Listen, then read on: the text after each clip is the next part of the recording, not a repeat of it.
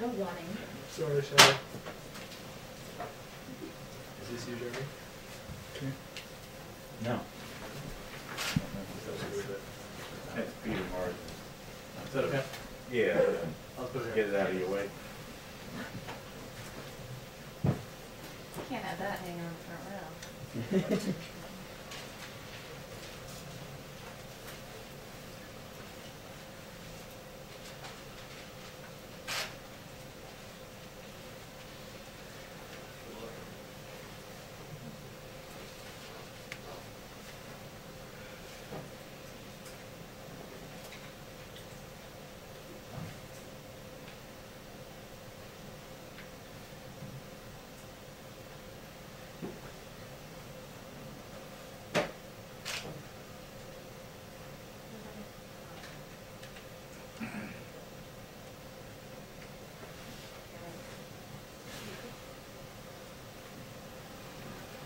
Hi, everyone. Hello. We have a very special guest today. Oops.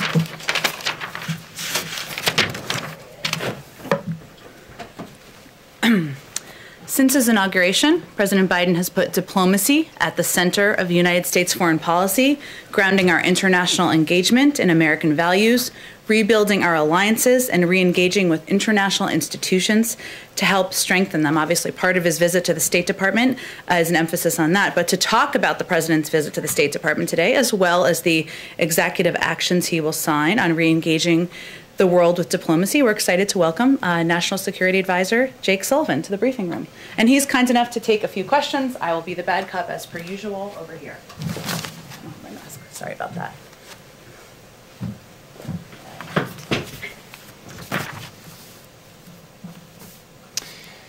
Hi, everybody. It's great to have the opportunity to be here. As Jen just mentioned, President Biden is going to be going over to the State Department to give remarks on foreign policy and national security today. It's not an action that he's chosen the State Department as the venue for these first remarks that he will make on this subject. He wants to send a clear message that our national security strategy will lead with diplomacy. And before he actually gives his speech, he'll meet with career professionals from the State Department's Foreign Service and Civil Service, who are the tip of the diplomatic spear. This is going to be the first in a series of visits he makes to the national security workforce at the Pentagon, at the intelligence community, and across the U.S. government. His remarks are not going to be the totality of his foreign policy. They're going to be focused on his early decisions and actions. And those early moves, the core strategic thrust of them is to establish a position of strength for the United States to be able to deal with both great power competition and the transnational threats that the American people face. So establishing this position of strength involves 5 major lines of effort. 1, investments at home to shore up our country's foundations. And the American Recovery Plan in that regard is not just a matter of economic policy, it's a matter of national security strategy as well. 2, revitalizing America's alliances. The president has spoken with key allies in both Europe and Asia. Just last night, he had the opportunity to speak with both the president of the Republic of Korea and the Prime Minister of Australia. And the national security team is working now with those allies to build out an ambitious agenda. 3, re-engaging key institutions and agreements as part of a new commitment to multilateralism in service of America's national interest. We've rejoined the Paris Climate Accord, and President Biden will be hosting a Climate Leaders Summit in April. We've reversed the decision to leave the World Health Organization. We've just yesterday extended the New START Treaty to maintain strategic nuclear stability with Russia for the next 5 years. 4, reasserting our values. The president in the first 2 weeks has reversed the Muslim ban, the ban on transgender service members serving in our military. And today, he will announce an end to American support for offensive operations in Yemen. And 5, getting our global force posture right, making sure that our global force posture is consistent with our national security and diplomatic priorities. Today, he will announce that Secretary Austin will lead a global force posture review, and during the pendency of that review, will freeze any troop redeployments from Germany. Now, of course, establishing a position of strength also means building a national security team that's fit for purpose. And here at the National Security Council, not only have we reinforced and reinvigorated every element of our regional and functional work, we've added a new deputy for cyber and emerging technology. We've elevated democracy as a key part of the National Security Council's work. We've added a coordinator for the Indo-Pacific, and we've begun an intensive review of our strategies and resources towards the threat posed by domestic violent extremism. Now, our view is that once we have established this position of strength, we will be able to compete more effectively with our competitors across the board, and especially with China in every domain: economic, diplomatic, technological, security, you name it. We'll be able to counter Russia more effectively, and we'll be better equipped to address threats from climate change to pandemics to nuclear proliferation. We will also be able to more effectively pursue a foreign policy for the middle class. This is not just a tagline, it's an organizing principle for the work that we will do. So what does that mean? What is a foreign policy for the middle class? Well, it starts with how we set priorities. Everything we do in our foreign policy and national security will be measured by a basic metric. Is it going to make life better, safer, and easier for working families? So, of course, that means a different approach to trade policy. We're not about trying to make the world safe for multinational investment. We're about creating jobs and raising wages here in the United States. So our priority is not to get access for Goldman Sachs in China. Our priority is to make sure that we are dealing with China's trade abuses that are harming American jobs and American workers in the United States. So whether it's dumping or subsidies or intellectual property theft, or the countries across the world who have engaged in problematic currency practices, our priorities in the trade space will be about the American worker. But it's about much more than that. It's about thinking about national security as national competitiveness, making investments in our own industrial and innovation base so that the good-paying jobs and industries of the future are here in the United States. So Build Back Better isn't just about economics, it's about national security as well. And then it's about the set of issues that working families in this country are facing every day that are challenging their lives and livelihoods: the pandemic, climate change, the threat of domestic violent extremism. And so from our perspective, putting the middle class and working people at the center of our foreign policy isn't just good from a strategic perspective, it's just good common sense and good, decent values as well. So these are some of the things you'll hear from President Biden today, and we will also have the opportunity to put out a set of executive orders that establish regular order in our national security decision-making, that revitalize our workforce, both in terms of the skills they have and to reflect the diversity, equity, and inclusion priorities of this administration, and to build up a more robust capacity for the United States to accept refugees from around the world. So let me stop there and be happy to take a few questions before turning the podium back over to Jen. Yeah. Jacob, thanks for being in the room. We appreciate it. First, I want to ask you, you speak about the president's position of strength. As it relates to Russia, what does it say about President Biden's position of strength that after his conversation with President Putin on issues like the hack, on Alexei Navalny, and others, days after it, Vladimir Putin basically ignored it and sentenced Navalny to 2.5 years in prison? Well, first of all, unlike the previous administration, we will be taking steps to hold Russia accountable for the range of malign activities that it has undertaken. That includes interfering in America's democracy. It includes the poisoning of citizens on European soil with chemical weapons. It includes the types of hacks and breaches that you just referred to, and many other things as well. We will do that at a time and in a manner of our choosing. And we believe that imposing those costs and consequences will have an effect on Russia's behavior going forward. Now, is it going to stop Vladimir Putin from doing everything we don't like? Of course not. But do we believe that we will be able to take a firmer, more effective line when it comes to Russian aggression and Russian bad behavior? Yes, we do. At the same time, I would just like to reiterate that that doesn't rule out being able to work with Russia where it's in our interest to do so. We can walk and chew gum at the same time.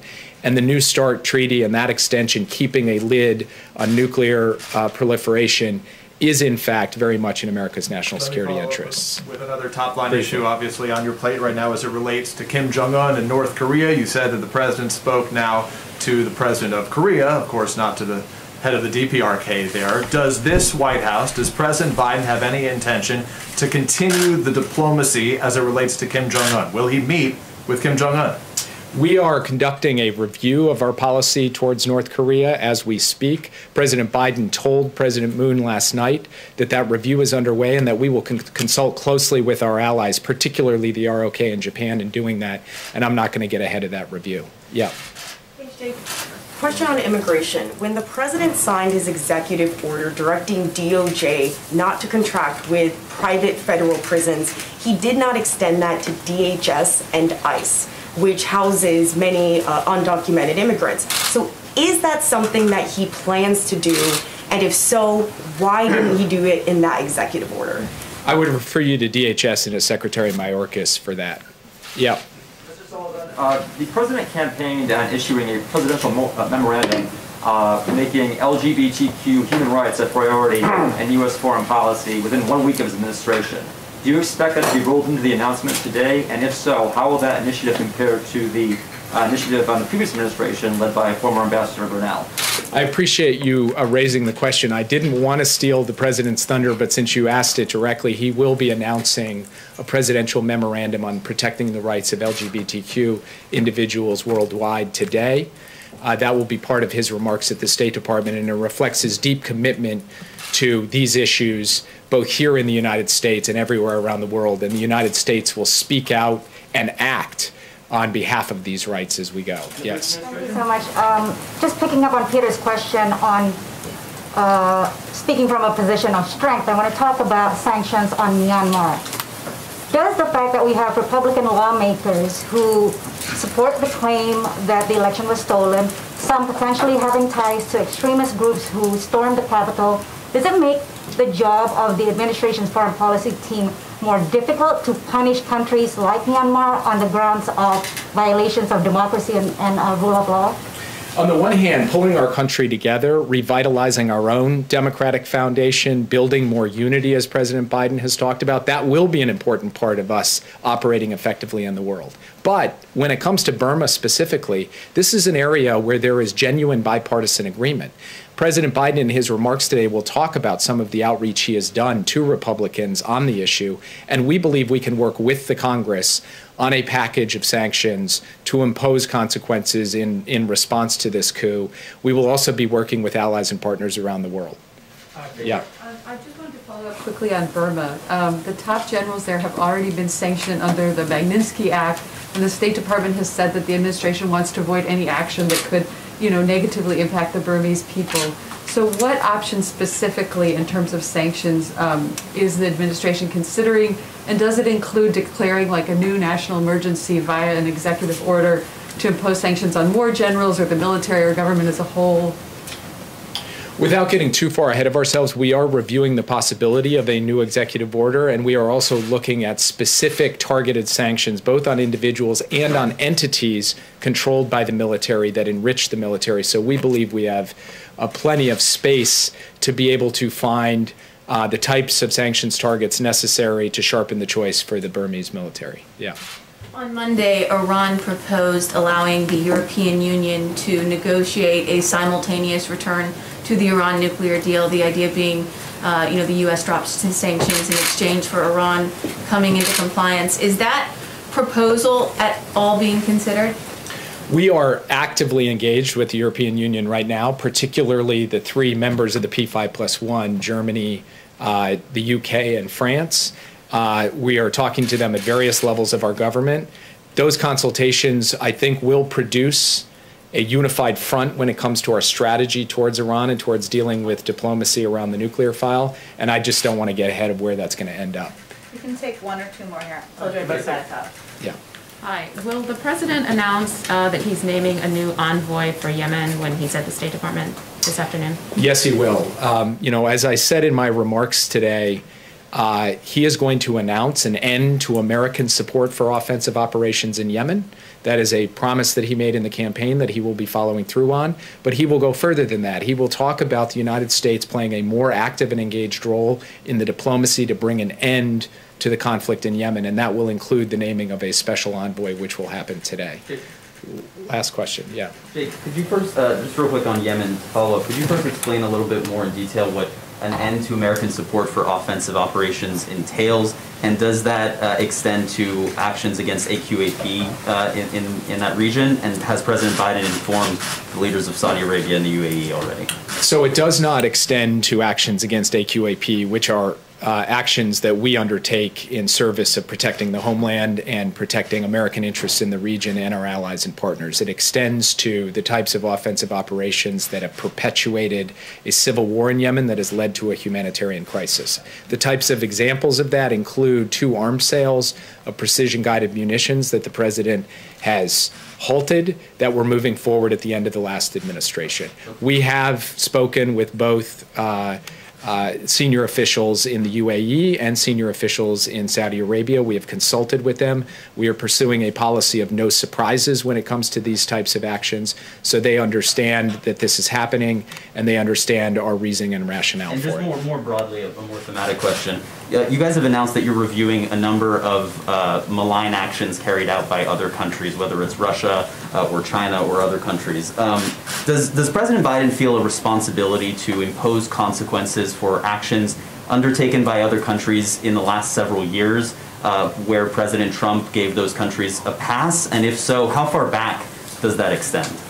I think the way that President Biden looks at this is it doesn't matter who the occupant of the Oval Office is if this country gets attacked, if our elections get attacked, if our critical infrastructure gets attacked, if our troops are threatened by foreign actors. He's going to respond to establish deterrence and to impose consequences. So he doesn't have a particular time or date from when that starts, and he certainly will look at actions undertaken during the Trump administration as attacks not on President Trump, but as attacks on the United States of America. Thank you, guys. Thank you, Jake. Thank you, Jake. Thank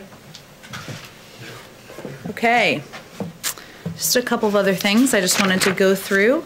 President Biden delivered an address about faith and unity at the National Prayer Breakfast this morning. I should say it was via a video. This event was entirely virtual this year because of COVID, with all speakers delivering taped remarks. Alongside President Biden, 4 living former presidents sent messages to the breakfast. President Biden is committed to the prayer breakfast tradition of reflection and fellowship, especially at this difficult time in our nation's history. And a little piece of history for all of you. Every president has attended the breakfast since Dwight D. Eisenhower made his first appearance in 1954. A little trivia for your dinner table. Okay, a couple of other updates. The president and his administration, all of us, are continuing their close engagement today on the American Rescue Plan, a top priority for him and all of us at this moment, including outreach to lawmakers and stakeholders, as well as our continuing work to make the case directly to the American people. We're heartened that Congress is moving quickly on this. Over the next several days, committees will have a chance to review the legislation. As you know, that's kind of the next step in the process next week. Oh, actually, after the vote-a-rama tonight. It's a very Washington term, but that is literally what it's called. And Republicans will have additional opportunities to provide input and help improve the final product. That's how the process is supposed to work. And we're encouraged that there is agreement on the need to move swiftly and the goal of making this bipartisan bill and package. There's a couple of questions that many of you have asked us and others have asked us over the course of our effort on the American Rescue Plan, so I just wanted to address some of those here. First, why do we need a package of this size, or will we be fine with the status quo? Obviously, this is a good question that's asked as economic data comes out. So I just wanted to highlight a couple of pieces for all of you. A CBO report found that without any additional stimulus, our economy wouldn't reach pre-pandemic levels until 2025, and it would take just as long to get back to full employment. This week was the 46th consecutive week that jobless claims have exceeded the pre-pandemic record high. Kevin Hassett, President Trump's top economic advisor, said, quote, "We need to be risk averse, and that without a major stimulus, we could have a, quote, negative spiral for the economy." This is a grim picture, but analysis after analysis shows us that the rescue plan would make a huge difference. Moody's Analytics found it would get us to full employment a year faster. Brookings predicts it would get us back to pre-pandemic levels by the end of the year. And over 90% of economists surveyed by Reuters found it would drive substantial growth. The second question we often get, another good question, is when we will see bipartisan support for this bill. The reality is we see it every single day. A new survey from Navigator Research out this morning shows 72% of Americans support the rescue plan, including 53% of Republicans. A Quinnipiac poll yesterday found that 68% of Americans back the rescue plan. A Yahoo YouGov survey on Monday showed that over 2/3 support the package. So I just wanted to highlight a couple of those pieces. Those are excellent questions we get in here, but we did a little thinking about your questions. Last thing I just wanted to do at the top, Kristen, who's back today again, asked a great question about the Artemis Program, which I dug into, and I'm very excited about it now to tell my daughter all about it. So, for those of you who have not been following it as closely, through the Artemis Program, the United States government will work with industry and international partners to send astronauts to the surface of the moon, another man and a woman to the moon, which is very exciting, conduct new and exciting science, prepare for future missions to Mars, and demonstrate America's values. To date, only 12 humans have walked on the moon. That was half a century ago. The Artemis program, a waypoint to Mars, provides exactly the opportunity to add numbers to that, of course. Lunar exploration has broad and bicameral support in Congress, most recently detailed in the FY 2021 Omnibus Spending Bill, and certainly we support this effort and endeavor. Why don't we go to you first, Arlene? Thank you. Can you update us on the president's thinking on the issue of forgiving student loan debt? There are some groups that are pushing for the president to forgive all student loan debt, and where does he stand on that? Sure. The president has and continues to support canceling $10,000 of federal student loan debt per person as a response to the COVID crisis. He's calling on Congress to draft the proposal, and if it is passed and sent to his desk, he will look forward to signing it. Debt relief is, of course, an important priority for the president.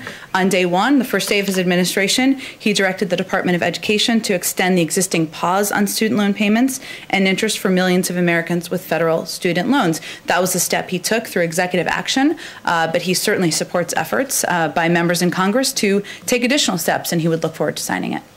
So he would do that through legislation and not an EO, not an executive order? Well, I think he already took a step through an executive action on the first day, and he would look to Congress to take the next steps.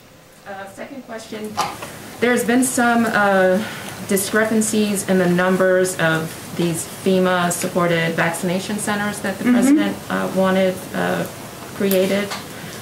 He called for 100. Do you have an update on how many have actually been set up as of today? And were any of them set up before the president took office? Well, this is a priority to the president, and setting up those vaccination sites through through partnership with FEMA is something that he feels, and our health and medical experts feel, is a way to get more vaccines in the arms of Americans. In terms of the specific numbers that have been set up to date, there's new updates every single day. I know that I'm sure the team can provide an update on how many have been set up when they do their briefing tomorrow.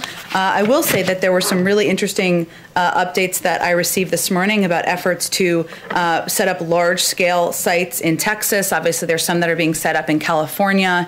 They're looking for a space where they can have great capacity to bring people in and vaccinate as many people as possible. But it's ongoing, and I'm sure the health team will be able to provide an update on the specific numbers.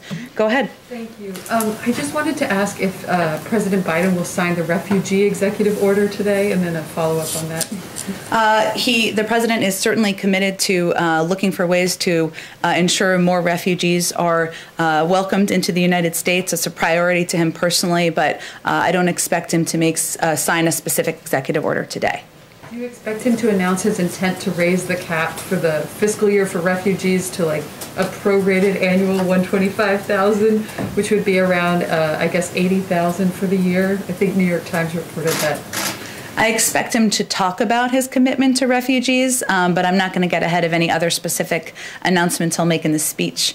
You guessed there's been good reporting, as Jake confirmed a lot of pieces. Go ahead, Mario. Thanks, Jen. Has the president been briefed yet from Secretary Yellen's meeting this morning with financial regulators over market volatility like GameStop? And is he expecting her to deliver potential options to address that? I would send you to the Department of Treasury. Obviously, they oversaw the meeting. I'm not even sure what time it took place. I would defer to them on that and any specific details they want to read out from it. Go ahead, Jeremy. One of the biggest criticisms of President Trump's approach to handling the coronavirus was that the administration didn't provide clear guidance to states about when they should shut down, when they should reopen. Dr. Vivek Murthy back in November talked about a national alert system that would be needed.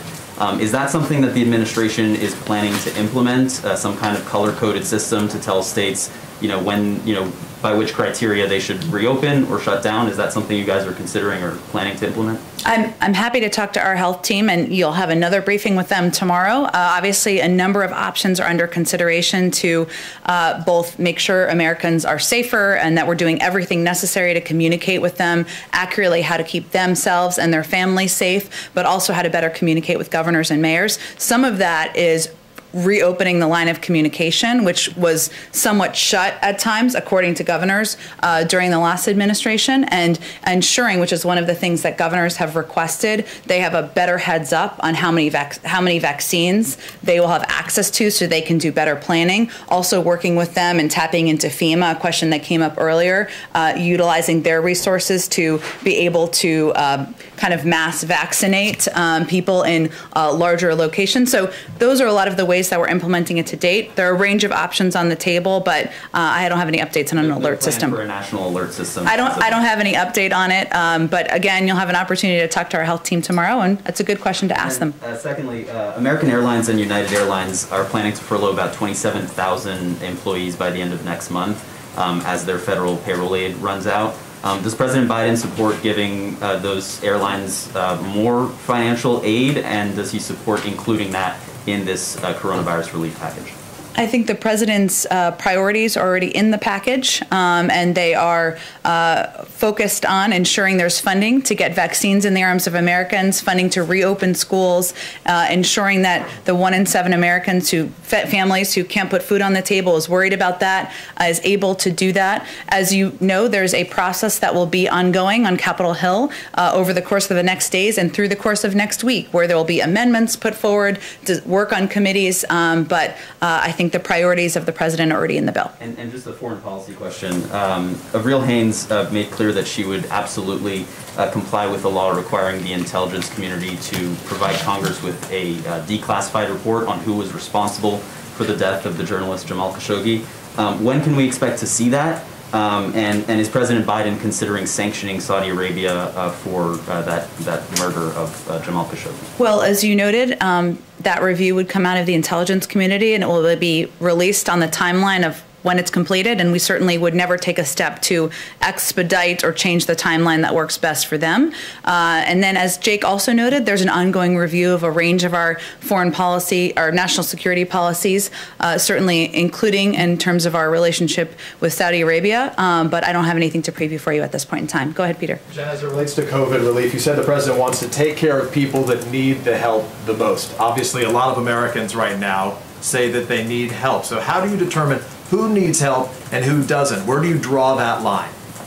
Well, again, Peter, I think what we're hoping to do through the package is provide assistance to Americans who are struggling to make ends meet at this moment in time. And you're right, there's a large swath of Americans who are struggling through this moment in time because they fear about their health, the health of their grandparents, of their cousins, of their parents, and also people who worry about their kids going back to school and their desire to get their kids back in school and continue learning. The package itself, again, is of course a priority of the president. It is not the end of our work or the end of his efforts to help bring relief to the American public. It is a first step, as he noted, I should say. He's also going to talk about his Build Back Better agenda in the coming months, and that's something that will certainly build on this as well. So then, I guess, how soon, for the Americans who are listening to every word that's here, how soon should they expect that relief to come? And can you guarantee that it's going to be there before the March 14 deadline when unemployment insurance, for example, expires? You're right, and that's something that we're very mindful of here. The president's mindful of, the vice president's mindful of, our economic team is certainly mindful of, Peter, and that's one of the reasons why the president has been so firm in his insistence that the $1,400 checks remain intact and that they go out to the American people. There's a process underway in Congress. Next week, the committees will be doing the work that they should be doing, that they do through the budget reconciliation process. We have been very clear about our own view of the urgency here, and we're hopeful that, and we're confident that Congress shares our view of that. The president talks about bipartisanship. He's met with Senate Republicans, then Senate Democrats, then spoke to House Democrats.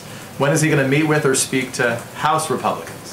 He's every single day. He is meeting with members of both parties, engaging with members of both parties. That work is not done, but I don't have a meeting to announce for you here today. Clear, though, has he spoken or has he met with Kevin McCarthy yet, the leader of the? I don't have any calls to read out for you. Our team remains in touch, again, with Democrats and Republicans, members of our economic team, members of our political teams. We are certainly engaged with all offices that have an interest in engaging with us. Last question, if I can. Hunter Biden has a memoir to be published in April. I guess my question is that book subject to the clearance process, to a clearance review? Well, for those of you who had not seen the news, it was announced, I believe, by Simon & Schuster this morning. I do have a statement from Joe and Jill Biden in their personal capacity as his parents. We admire our son Hunter's strength and courage to talk openly about his addiction so that others might see themselves in his journey and find hope. This is a personal book about his own personal journey, and I will leave it at that. Go ahead. Thanks, Jen. Can you give us a sense of the scope and scale of U.S. commitment to COVAX beyond the $4 billion that have been approved by Congress for Gavi, the Vaccine Alliance, in December, I believe? Will there be additional funding for COVAX? We have reiterated our commitment to COVAX. I don't have any additional funding, though, to announce today. Okay, so can you also just comment on the administration position on the vaccine diplomacy that's being employed by China as well as India? Tell me a little bit more about what you're looking for. So what's the administration's position on countries like China and India, who is essentially using vaccine to buy influence to improve diplomatic ties with other countries? What's the administration's position on that? Well, our position is that we're focused on ensuring that the American people are vaccinated, that we are getting as many shots in the arms of Americans as possible. We rejoined the World Health Organization so that the United States can have a seat at the global table in order to play a constructive role in getting safe and effective vaccines in the arms of Americans. I'll leave it at that. Go ahead. Do you have a comment on the Burmese diplomat Mong Mong Lat, who is seeking asylum because, and I quote, "I cannot accept the illegitimate takeover of power by the military"? I'll have to talk to our national security team about that. Go ahead. Thanks, Jen. Some Republicans and some centrist Democrats have said that a minimum wage increase does not belong in a COVID relief bill. So is President Biden willing to drop the $15 minimum wage in order to get bipartisan support for that package? Well, the president feels strongly that we need to raise the minimum wage, and many economists agree with him, and looks forward to working with Congress to do it. Whether it can be done through the reconciliation process will be determined according to the House and Senate, but I'm not going to negotiate further from here. Does he believe, though, that the $15 minimum wage needs to be in this package, in this deal?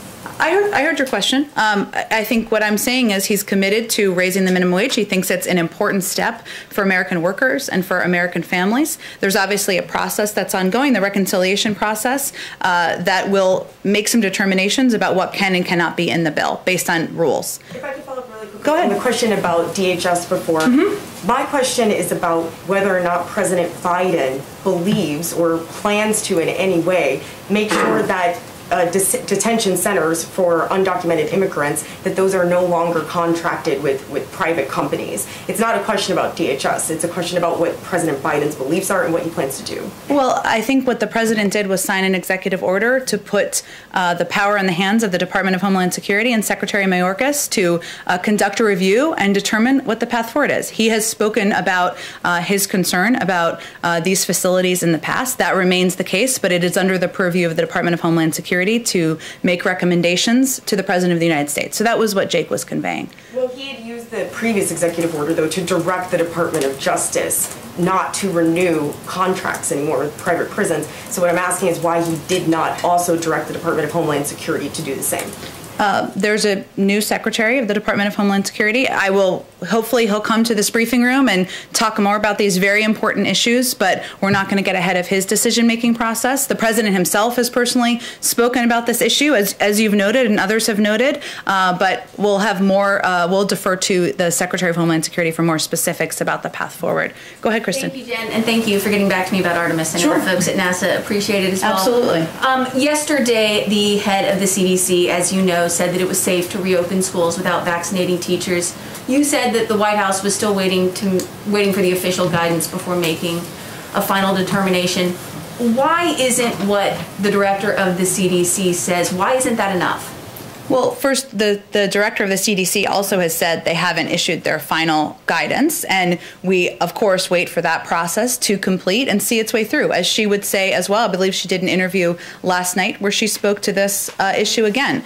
The president, let me be crystal clear, wants schools to open. He wants them to stay open, and he wants to do that safely. And he wants health and medical experts to be the guides for how we should do exactly that. So we're just not. Dr. Walensky spoke to this in her personal capacity. Obviously, she's the head of the CDC, but we're going to wait for the final guidance to come out so we can use that as a guide for schools around the country. And so, if this final guidance comes out and it says that it is fine for schools to reopen without vaccinating teachers, can you say now that that is what President Biden will support? Well, I'm happy. I hope you'll come back whenever the guidance comes out.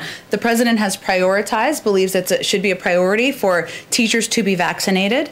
He also, though, believes that even with vaccinations for teachers or for any American, that there are a number of other mitigation steps that are important to take. And I'm sure this will be in the guidance when it comes out, they'll speak to it, I should say. The wearing of masks, social distancing, ventilation. These are all factors that are important for Americans and also for the reopening of schools. That's one of the reasons that we need funding in order to be able to effectively ensure that public schools across the country are able to do that. One more question on this point. Michael Bloomberg said yesterday that it's time for President Biden to stand up and say that the kids are the most important thing and stand up to the teachers' unions.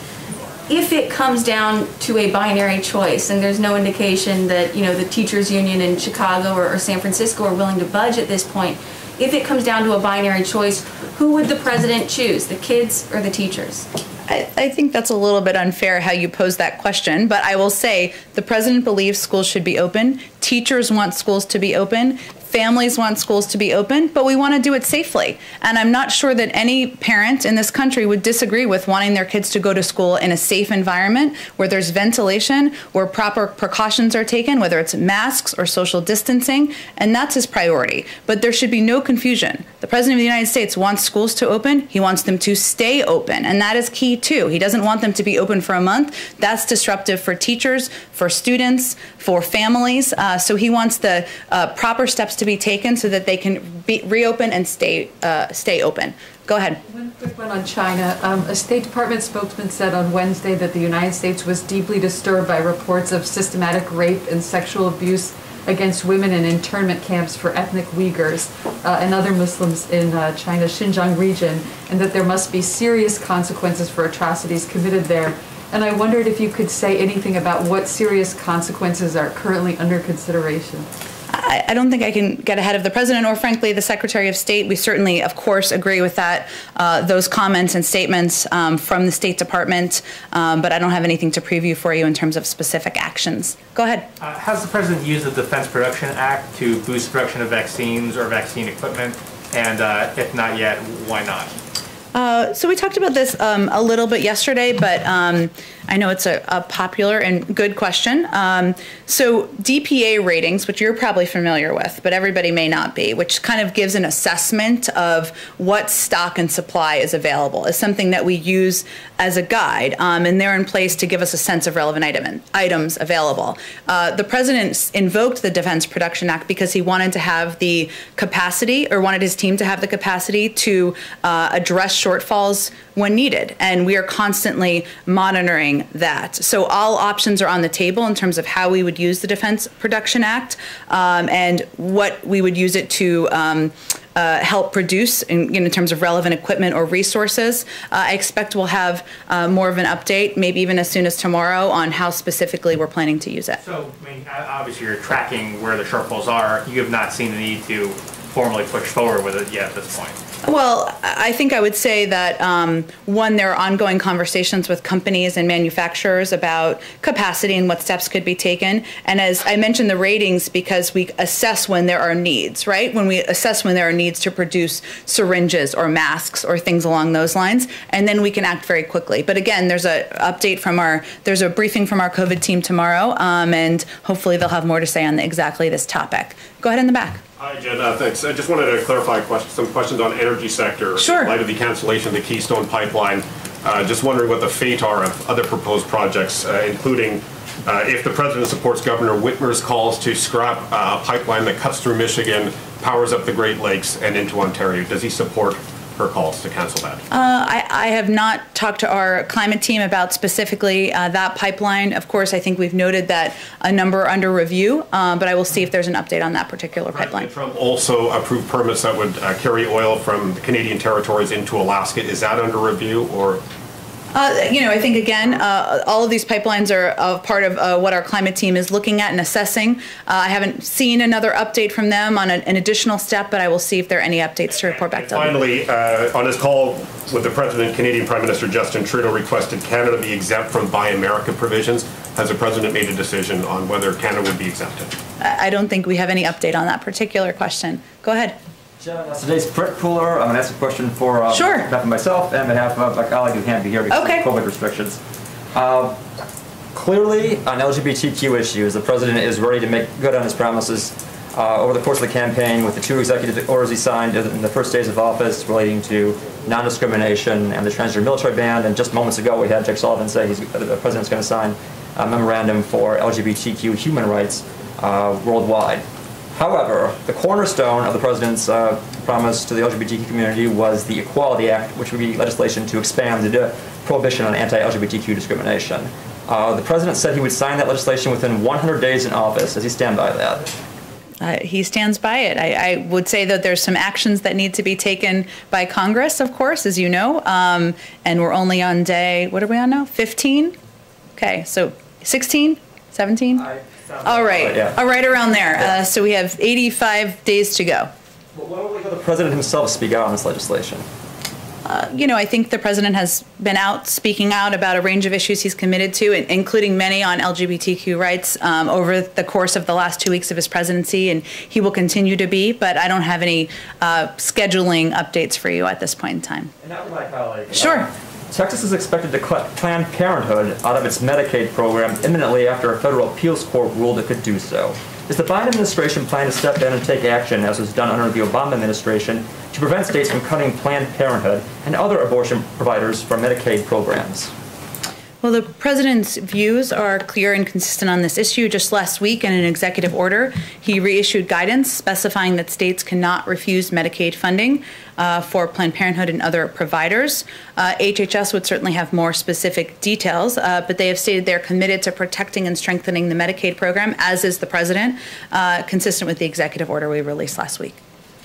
Go ahead, Katie. Thanks, Jen. I know you said that you will not talk about Marjorie Taylor Greene in the briefing room, but I want to try this question another way. Sure. What is the president's stance on a majority party potentially establishing a precedent that would result in the stripping of committee assignments, as Republicans have said? Look, I would say that it's not the role of the president or the role of the White House press secretary to do analysis on the fissures in the Republican Party and the actions that may be taken in Congress as a result. And another one, what is the president's view on the bill that Senator Romney is expected to introduce today? It could include up to $4,200 per child to families, but would eliminate existing welfare programs and tax credits. Is that compromise, or would that be a non-starter? I know that reporting just came out, I believe, right before I came out here, so I haven't spoken with the economic team about it. Certainly efforts to provide additional funding for, I believe you said, a child tax credit. Child tax credit? It would actually eliminate existing welfare programs and some existing tax credits. Well, again, the reporting just came out right as I was walking out here, so I haven't talked to our economic team about it. We certainly welcome efforts or offers from our Republican friends for discussion and how we can improve the American Recovery Plan, but they haven't done any analysis, I think, quite yet on Senator Romney's proposal. Go ahead, Peter. Jen, we saw some new figures today. More than 2 million guns were sold in January. That was an 80% jump and the second highest monthly total on record. A lot of this, of course, had to do amid all the coverage related to the Capitol riots then. The president promised to act on day one on this issue. Of course, we know there's only so much he can do by executive action on it. Where does this fall on his list of legislative priorities? There's only so much capital that you have in these first 100 and first few days. You're right, and he has an ambitious plan on a lot of areas and on a lot of issues. I will say, as vice president, and even before that, the president took on the NRA twice and won. This is an issue he is personally committed to. Many in this building are personally committed to, and I think he would love to see action on additional gun safety measures to protect families and children, and knows that there is support across the American public for that. Of course, I guess that's up to him, though, for there to be action. So when would he take action and put some proposal before Congress? Well, I think we have a couple of proposals currently before Congress, but again, this is an issue he is personally committed to. He has a personal, has worked on it many times in the past, but I don't have a date for you on when there would be a proposal. If I can, I want to ask you, there's an NBC News video that went viral of a grocery store in Naples, Florida. You may or may not have seen this. If you haven't, I'll describe it to you. When you pan Give us a play-by-play. When you pan the grocery store, you see that almost everybody in there is not wearing a mask, even though it's in a county, I believe, where masks are mandated. The question is, beyond urging Americans to wear masks, what specifically is this White House doing to combat that resistance, especially given the concerns about the coronavirus mutations and others right now? Well, one, we are trying to communicate about it as frequently as possible. Obviously, as you see, I wear a mask out here. I take it off when I come to the podium based on the recommendations and advice of our health and medical experts. You all are wearing masks right now, and the president has taken steps that are possible through his federal authorities, including mandating them on public lands, on airplanes. But part of what we're also trying to do is make our health and medical experts available to ensure people understand, and I'll reiterate it here today, it's not just a vaccine, is obviously an incredible medical breakthrough, and we want every American to have one. But even after you're vaccinated, social distancing, wearing masks are going to be essential, and we'll need to continue communicating about that through health and medical experts. So what do you say to those folks? What do you say to the folks like those that we saw in this video? I believe one of the folks who owns or runs that store who said he doesn't believe that 450,000 Americans have died of coronavirus. At the end of the day, we need everybody on board to beat this virus. What do you tell them?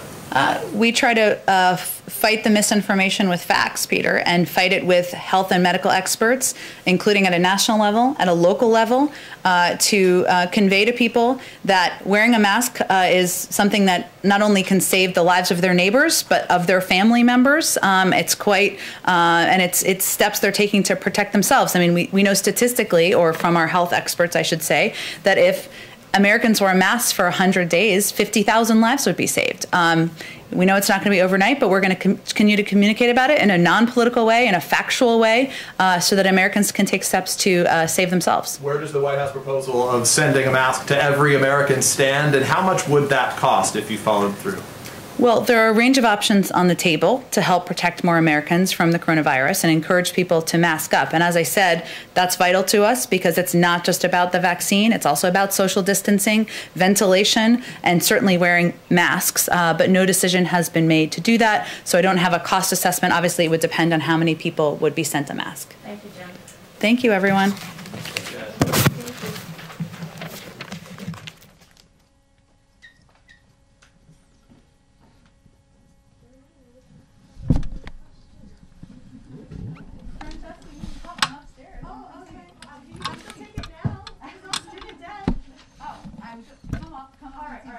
And we can talk more about it tomorrow. Thank you guys.